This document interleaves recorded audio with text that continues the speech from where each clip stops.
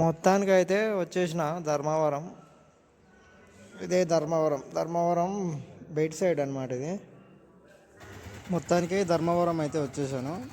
Dharmavaram railway station ముందుకు కొంచెం ముందుకు వెళ్తే టిఫిన్ చేద్దామని వెళ్తే దోశ 10 రూపాయలు, ఎగ్ దోశ 25 రూపీస్. ఆంధ్రాలో చాలా తక్కువ రేట్లే ఉన్నాయి దోశలకు. చట్నీ కూడా బాగానే చేశారు. నేను ఎగ్ దోశ వేయించుకున్నాను. 25 rupees egg dosa, single egg అనమాట. ఆటో ఛార్జ్ వచ్చేసి మనం ఎక్కడి నుంచి ఎక్కడికి వెళ్ళినా మినిమము 15 రూపాయలు. ఆటో ఎక్కి దిగితే 15 రూపాయలు అనమాట. పర్వాలేదు, అన్నిట్లో తక్కువ రేటే ఉంది.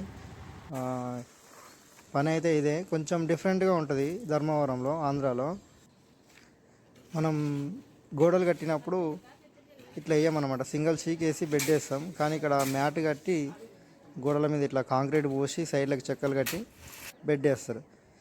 ఇక దర్వాజా మాత్రం ముందే ఫిట్ చేయరు, తర్వాత ఫిట్ చేస్తారు. ఒకటి కిటికీలు ముందే పెట్టేస్తారు. లెంటల్ కింద బండ పెడతారు. ఇట్లా బండ పెట్టి, ఇది బండ 2 ఇంచుల మందం ఉంటుంది. ఆ బండ పెట్టి బండ మీద కాంక్రీట్ వేస్తారు. లెంటల్కి మొత్తం రౌండ్గా కాంక్రీట్ వేస్తారు. రౌండ్గా కాంక్రీట్ వేసి దాని మీద గోడలు కట్టేసి పైన స్లాబ్ అనమాట.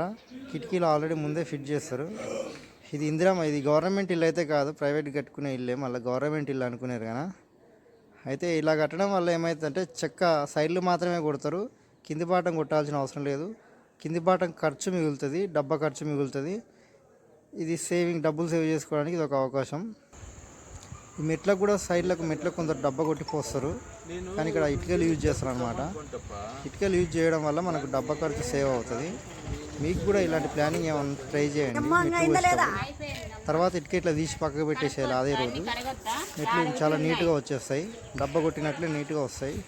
ఇది ఖర్చుతో మిగులుతుంది అనమాట, ఖర్చు మిగిలే ఉపాయం అనమాట ధర్మవరం.